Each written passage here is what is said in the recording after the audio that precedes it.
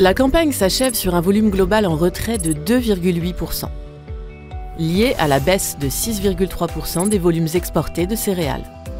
Ce recul est partiellement amorti par l'augmentation de 2,7% de l'activité de logistique vrac au service des agro-industriels. L'activité céréales export représente 59% des volumes totaux. Sur la campagne, les volumes de blé exportés reculent de 8%. Les orges fourragères sont en hausse de 30%. Cette hausse compense la perte d'importants marchés chinois en orge de brasserie, dont les débouchés sur l'exercice ont été des pays européens approvisionnés par de petits bateaux ne nécessitant pas la mise en œuvre des moyens logistiques de Senalia, dimensionnés pour des gros navires. La campagne a été caractérisée par de forts écarts mensuels entre les volumes manutentionnés en entrée et sortie. Ces écarts, du simple au triple, ont été sans conséquence sur la rapidité des chargements et sur les capacités à ségréguer à l'entrée pour pouvoir reconstituer des lots adaptés aux différents cahiers des charges. La ségrégation mobilise un volume équivalent à 82 000 tonnes, soit 13% des volumes des silos Senalia. Ce volant permet d'isoler des lots qui serviront à en reconstituer au gré des cahiers des charges des acheteurs. Sur la campagne, il a permis de proposer 32 qualités différentes, principalement déterminées par la protéine, qui reste le critère clé de segmentation qualité. Un critère de tri supplémentaire a été intégré sur les insecticides de stockage. Il a permis la commercialisation de 70 000 tonnes de blé SIS sans insecticides de stockage vers les USA, soit 2 bateaux. Le critère SIS devrait prendre de plus en plus d'importance sur les marchés.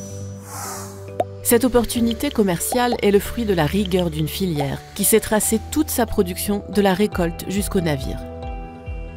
D'autres opportunités commerciales viendront du travail du grain, pour lequel un important plan d'investissement et de formation des équipes a été entrepris par Senalia.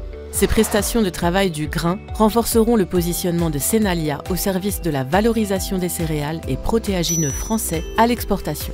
En moyenne, sur la campagne, le poids spécifique est de 77,5, l'humidité de 12,9%, la protéine de 11,5% et l'Agberg de 300 et plus. L'Hinterland est resserré autour des régions Hauts-de-France et Île-de-France. Le centre Val-de-Loire profite d'un programme de transport massifié par train qui s'est intensifié. En conséquence, la voie ferroviaire passe de 10 à 12%. Sur la même dynamique, le transport par péniche passe de 32 à 36%, portant la part du transport massifié à 48% des réceptions. Le trio de tête des destinations reste inchangé. La Chine a cette année encore donné le rythme. Le Maroc prend la 2e place devant l'Algérie. La Chine creuse l'écart avec une progression de 8 points. Elle est tirée par la croissance de 75% des orges fourragères. Vient ensuite la Mauritanie, enregistrant une forte hausse en raison d'une récolte adaptée en qualité et en quantité à son cahier des charges protéines. Cameroun, Colombie, Mexique, Gabon, États-Unis et Espagne complètent la liste des clients chargés au départ de Senalia. Au total, ce sont 182 navires qui ont été chargés, représentant 23% des exportations françaises par voie maritime.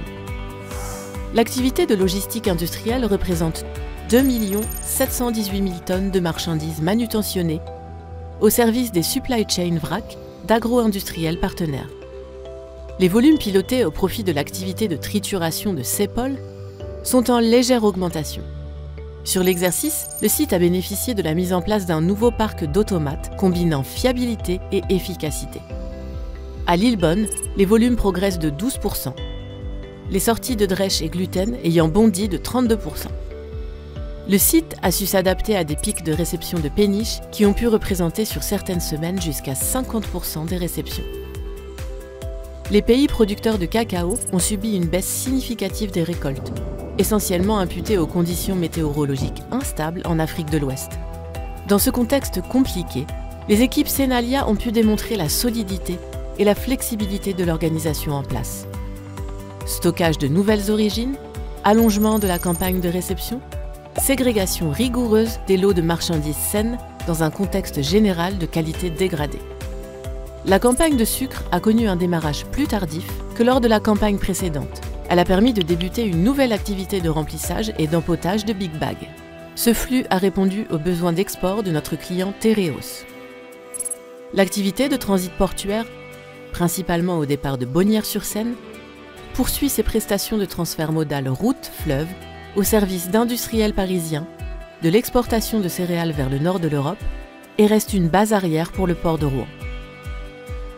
Au global, la valorisation des produits qui transitent par les installations Senalia s'élève à 2,1 milliards d'euros, répartis entre l'activité céréales export pour 40% et la logistique industrielle pour 60%.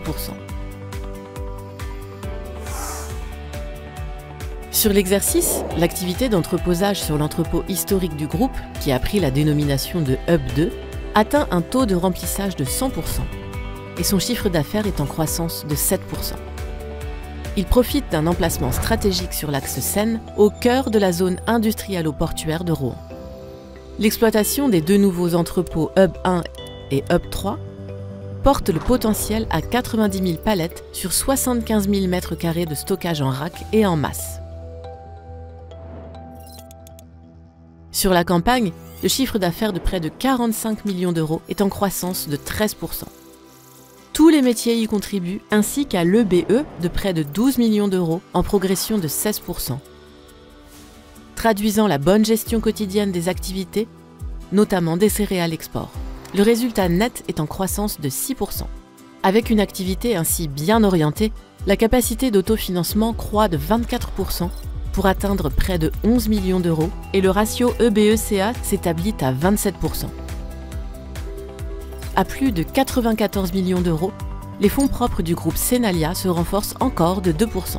164 collaborateurs, dont l'âge moyen est de 40 ans et l'ancienneté de 8 ans, contribuent à ces bons résultats. 6121 heures ont été effectuées dans le cadre de la polyvalence des équipes, soit près de 4 TP. Cette mobilité interservice concourt à la performance et participe au développement des compétences. Le groupe Senalia est organisé pour affronter sereinement tous les défis logistiques au service de son union de coopératives, de la filière céréales export et de ses partenaires agro-industriels.